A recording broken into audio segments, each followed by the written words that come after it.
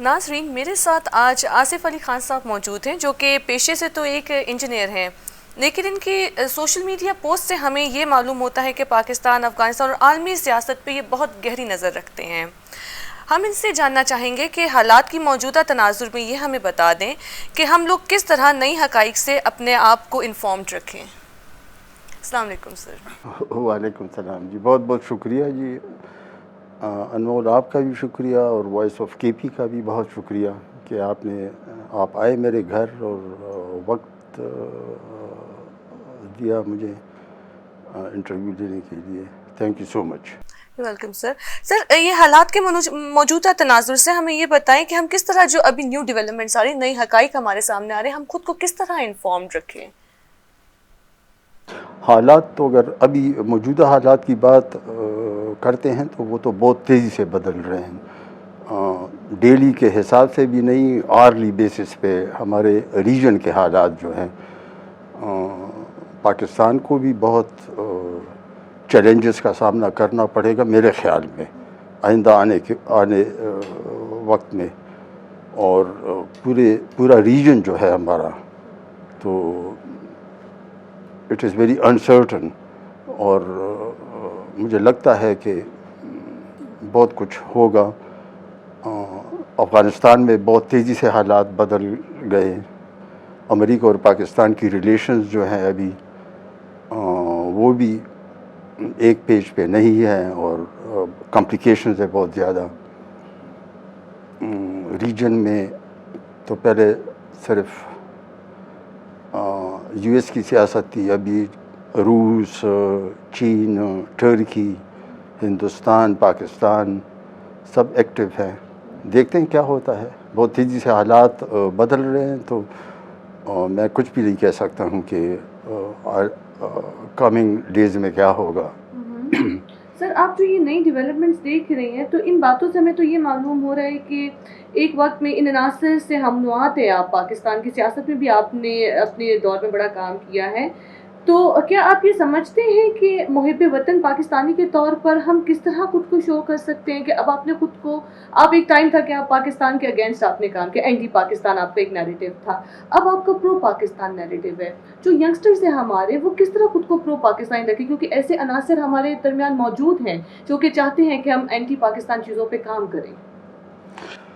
دیکھیے، اینٹی پاکستان ہمارا نیریٹو نہیں تھا جب ہم اسٹوڈنٹس تھے۔ میں خود پولیٹیکل ورکر رہا ہوں، اسٹوڈنٹ لائف میں بہت ایکٹیو پالیٹکس میں رہا ہوں، تو اس وقت ہمارا یہ تھا، جب میں اسٹوڈنٹ تھا ایڈورڈس کالج میں، پشاور یونیورسٹی میں، انجینئرنگ کالج میں، تو ہمارے اس وقت ذہن میں یہ تھا کہ میرا تو آئیڈیل شروع سے، اور ہمارے تمام دوستوں کا جو ہمارے ساتھ اس وقت تھے، تو ہمارے آئیڈیل خوشحال خان خٹک تھے، نیشنلزم کے لحاظ سے، قوم پرستی کے لحاظ سے۔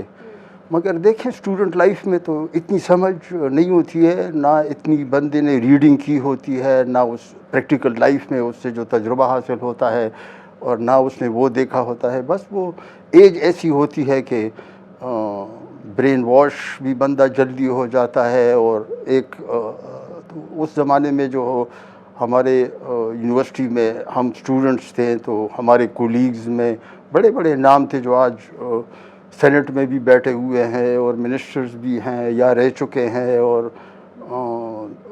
کافی دوست اس وقت جو ہمارے تھے وہ ایگزائل میں چلے گئے ہیں، جرمنی میں سیٹل ہو گئے ہیں، کینیڈا میں سیٹل ہو گئے ہیں، یو کے میں سیٹل ہو گئے ہیں۔ تو یہ تو وقت کے ساتھ ساتھ انسان تبدیلی آتی ہے، اگر آپ اپنے ذہن کے ونڈوز جو ہیں، مائنڈ کے ونڈوز کھول کے رکھیں، تو ڈیفینیٹلی تبدیلی آتی ہے۔ پھر آپ سوچیں گے کہ یہ کیا ہو رہا ہے۔ ٹھیک ہے، خوشحال خان خٹک اس وقت بھی میرے آئیڈیل تھے، اور اب بھی، یہ میں نہیں کہتا ہوں کہ وہ میرے آئیڈیل نہیں ہے، اب بھی میرے آئیڈیل ہیں، مگر اس وقت مغل ایک سپر پاور تھی، اس وقت امریکہ اور روس اور چین اور یورپ، یہ ممالک، ان کا کوئی رول نہیں تھا۔ تو خوشحال خان خٹک نے اس وقت جو بات کی تھی نیشنلزم کی، تو یہ بالکل میں ابھی بھی کہتا ہوں کہ اس وقت وہ 100% صحیح بات تھی۔ مگر جب پاکستان بن گیا، جب اب میں سوچتا ہوں کہ جب ہم کالج میں تھے، یونیورسٹی میں تھے، تو ہم سے لیڈروں نے ایسے نعرے اس وقت ہم سے لگوائے کہ ہماری سمجھ میں نہیں آتا. فار ایگزامپل میں نے خود اسٹوڈنٹ لائف میں پختونستان زندہ آباد کے نعرے لگائے ہیں. تو اینٹی پاکستان جو نعرے ہوتے تھے جس طرح آج کل ہے یہ لر و بر یو افغان، اور اس طرح ہمارے وقت میں ایک نعرہ ہوتا تھا کہ خپل خاور خپل اختیار، جس کا مطلب ہے کہ اپنے ریسورسز پہ اپنا اختیار ہونا چاہیے. تو پاکستان ہمارا اسٹیٹ ہے، اور اسٹیٹ کی مثال ایک ماں ہوتی ہے. تو ماں تو جب بچہ شیطانی کرتا ہے تو ماں ڈانٹتی بھی ہے، تھپڑ بھی مارتی ہے. تو اس کا تو یہ مطلب نہیں ہے کہ آپ ماں کے اگینسٹ یا اسٹیٹ کے اگینسٹ سازشیں کریں گے. اور میرے خیال میں جو میں نے جتنا پڑھا ہے اور جتنا میں دنیا میں نے ٹریولنگ سے سیکھا ہے، تو جب پاکستان 1971 میں ٹوٹا تو یہ جو پاکستان میں یہ جو لوگ تھے کہ ہندوستان کی جو ایجنڈا تھا کہ ابھی فردر بھی پاکستان کو دوبارہ وہ اس حالت پہ لائیں گے کہ توڑیں گے. تو اس کے بعد ہندوستان نے افغانستان میں کیمپس قائم کیے، اور بلوچ وہاں پہ ہزاروں کے حساب سے، یہ نہیں کہ درجنوں یا سینکڑوں، ہزاروں کے حساب سے بلوچ گئے. ہمارے پختون کچھ لیڈروں نے، سب نے نہیں، کچھ لیڈروں نے پختون نوجوانوں کو جس طرح ادھر بھیجا اور پھر ٹریننگ کیے. تو وہ تو ڈیفینیٹلی پاکستان اسٹیٹ کے اگینسٹ سب کچھ ہو رہا تھا. تو میرے خیال میں اس میں بہت 71 کے بعد اس میں بہت تیزی آ گئی تھی کہ پاکستان کو دوبارہ بھی توڑا جائے، مگر بس وہ حالات بدل گئے. افغانستان میں جنگ شروع ہوئی، پھر رشین آئے 79 میں، تو پوری دنیا یہاں پہ پاکستان اور افغانستان بارڈر پہ آ گئے کمیونسٹ ریڈ آرمی کے اگینسٹ. کسی نے جہاد میں حصہ لیا، کوئی امریکہ اور ممالک، انہوں نے بدلہ لینا تھا روس سے، اور ویتنام کا بدلہ لینا تھا، تو وہ لوگ بھی پہنچ گئے، سب لوگ پہنچ گئے. تو ہم پاکستان ان دا پروسیس، پاکستان جب اتنے حالات خراب ہو گئے اور وہ پاکستان کو ایک طرف سے توڑنے کا وہ پروگرام بنا رہے تھے، اور پاکستان اس دوران نیوکلیئر اسٹیٹ بن گیا.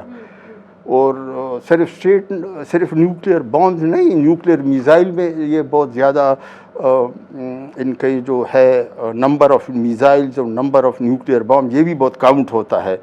تو وہ ابھی سینکڑوں میں ہے بامز اور میزائلز اور سب کچھ. تو پاکستان ابھی کافی ہے طاقتور ہو گیا ہے، اور ہمیں چاہیے کہ اپنے ملک سے اور پاکستان سے محبت کریں اور کسی سازش کو کامیاب نہ ہونے دیں.